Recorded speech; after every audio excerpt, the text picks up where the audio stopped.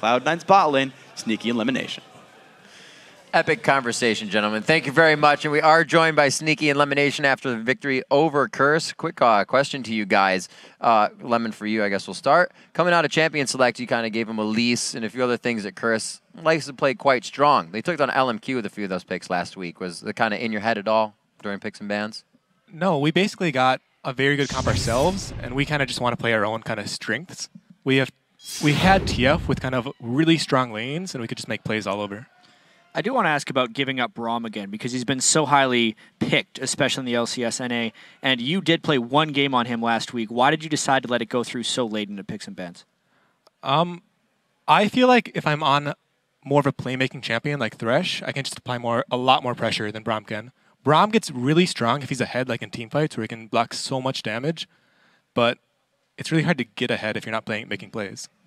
Sneaky, going into the AD carries mind, we see the 2v1s, we see the 2v nuns, I should say standard lanes, not 2v1s. But what do you prefer as an AD carry? Kind of, we haven't really seen what you're branding yourself with a play style coming into the summer split. Do you actually like to play aggressive? Do you want that laid-back farm lane? How do you like to play it? I like the 2v1 a lot because I usually come out of it with a BF longsword.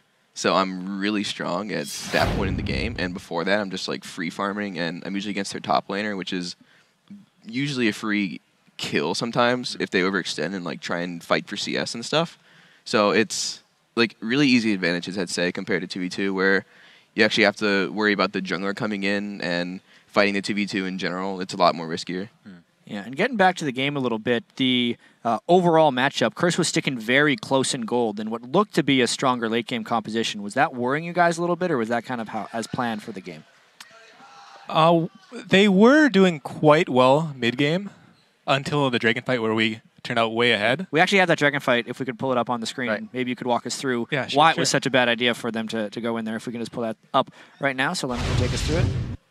We basically had the much stronger top laner with Renekton, and he was actually able to come in and basically guarantee the fight win.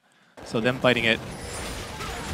Because at this point, were you just baiting to hope that Jax, or because you knew he didn't have the teleport and just daring him into not coming? Yeah, and Balls at this time was just extremely strong.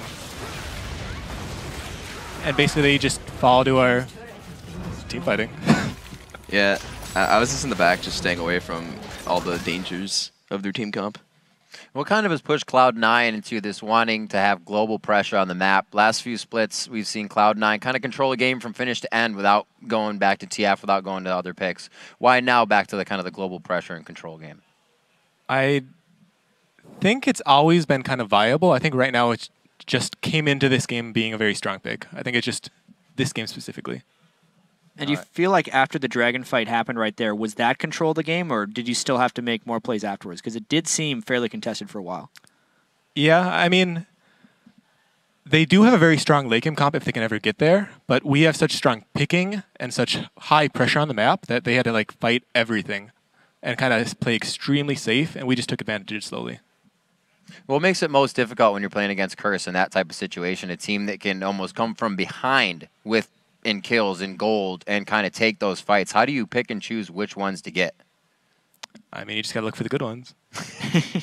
It's a lot easier with TF just because we can ult and see where everybody is. And we're like, yeah, these guys alone, go for them. Yeah, and Sneaky, actually, we have another replay if we could pull this up on the screen as well. This was a little bit later into the game as you guys are trying to find the fight near the bottom inhibitor. Once again, while Jax is gone. Actually, walk me through this as your 80 carry perspective. This fight got crazy, didn't it? Got a little bit messy. Yeah. So we made the call to try and go on this because there's a big wave coming, and then we just go on dominate. And I'm sitting there hitting the turret. There was no one for me to really hit, and then I basically stay on the turret because no one ever comes to my range until later. And I think Kai was calling kill the turret there, and now we're fighting, basically.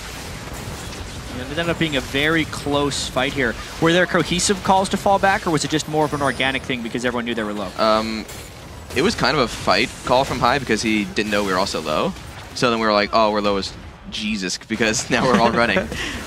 And if that got a kill, then Jinx may have killed everybody, but Hai ends up getting a gold card, and he's like, we can turn on this, and then we turn and kill him. Yeah, really, really close fight, because clearly if a few things would have went the other direction, that fight maybe would have swung it. Yeah, I think if Jinx got an earlier reset on somebody like Lemon, if he didn't get out before the Jax killed him, then he may have killed everybody, but ended up going in our favor.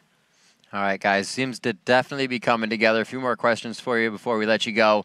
Coming up in this split now as the winds start to fall in your favor a little bit more, what is Cloud9 doing to kind of bring back that champion title that you guys have had the last 2 splits?